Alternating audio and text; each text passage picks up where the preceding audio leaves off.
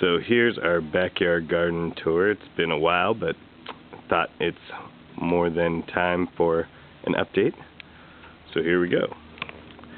Here's our blueberry plants, which are pretty much done. The Chippewa over here is done bearing fruit and has a whole bunch of new growth. You can see that right there.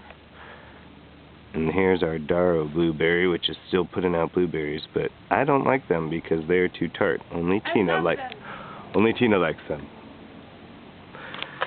This is our salad and asparagus barrel. I just harvested half of that last week, and we'll do the other half this weekend. But it's doing well. We've got our green zebras, which are just green and not zebra yet, because it's still not hot enough, but we're holding out hope. There's a whole bunch of tomatoes on here, so at the worst, we'll have a lot of green tomato chutney. Here's our strawberries, which have been prolific.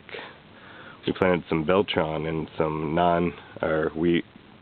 earlier we just had June bearing, and we planted a couple other varieties in here, and the Beltran in particular have been totally prolific. In fact, I'll bring you around here. Just harvest a bunch of them, but there were a bunch of big, bright, beautiful strawberries on this vine right here until just a few seconds ago when we harvested them, along with some carrots. We left those, but we took some for the first time. That was exciting because we'd never had success growing carrots until then, really, at least together, Tina and I. There's our top hat blueberry. Behind it is the Sunshine Blue, which are awesome, totally sweet, and lots of berries on that beautiful plant. This is our Duke, which has the sweetest berries, and it's a pretty good producer. I really love that plant as well. Here's another strawberry bed, which we also planted ground cherries in. This is the ground cherry plant, one of them. We got about 4 in there. But since we're at the end of August, it's totally too late for them to mature in time, and I have a feeling that we're growing those for decoration purposes. We also have some strawberries that we got from the runners on the strawberries that we planted, and I'm trying to get a couple new runners in small pots so that we can make a strawberry pot for next season, or for next spring. Here's our Oxheart tomato, which is still trying to produce, but just really isn't hot enough for tomatoes, and I think that's what we learned this season. Here's our mint, which is a weed really, but it's a really great weed that makes Tina awesome mint teas and also brings tons and tons of bees to the garden. Too many bees, exactly. There's some strawberries in the corner, some garlic, some new cabbage that we got from Meisha at the food bank farm that we planted.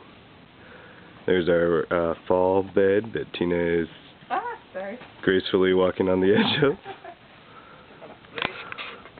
This is the Leaning Tower of Binza. You can kind of see it's like at a, well, I don't know. It is leaning, and it seems as though it's drowning these celery of sun, so we're going to have to pick some of those a little bit early. The herbs down in the bottom right corner are still doing well.